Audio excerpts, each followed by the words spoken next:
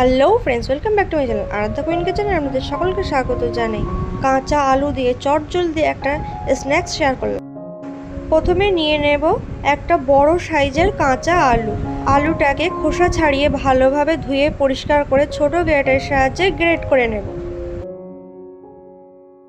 আলুর মধ্যে কিছুটা পরিমাণ জল দিয়ে ভালোভাবে ধুয়ে পরিষ্কার করে এক্সট্রা জল ঝরিয়ে একটা বোলের মধ্যে তুলে নেব।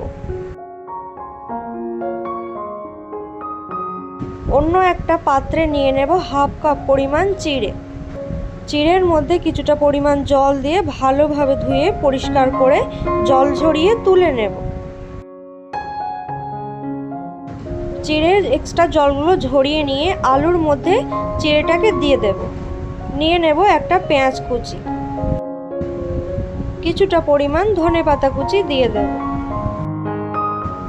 1/4 কাপ দিয়ে দেব বেসন, হাফ টিস্পুন দিয়ে দেব গোটা জিরে, স্বাদ মতো দিয়ে দেব লবণ, হাফ টিস্পুন লঙ্কার গুঁড়ো, হাফ টিস্পুন দেব চাট মশলা। সমস্ত উপকরণগুলো একসাথে মিশিয়ে নেব।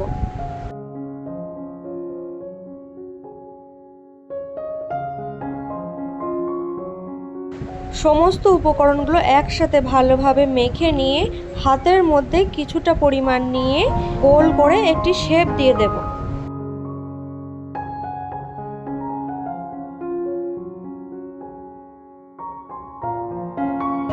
এই একই রকম পদ্ধতিতে বাকিগুলোও আমি একইভাবে তৈরি করে নেব।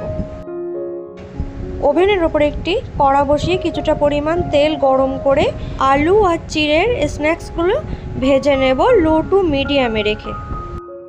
গ্যাসের ফ্লেমটা অবশ্যই লো টু মিডিয়ামে রেখে ভাজতে হবে, না হলে কিন্তু আলুগুলো কাঁচা থেকে যাবে, খেতেও ভালো লাগবে না।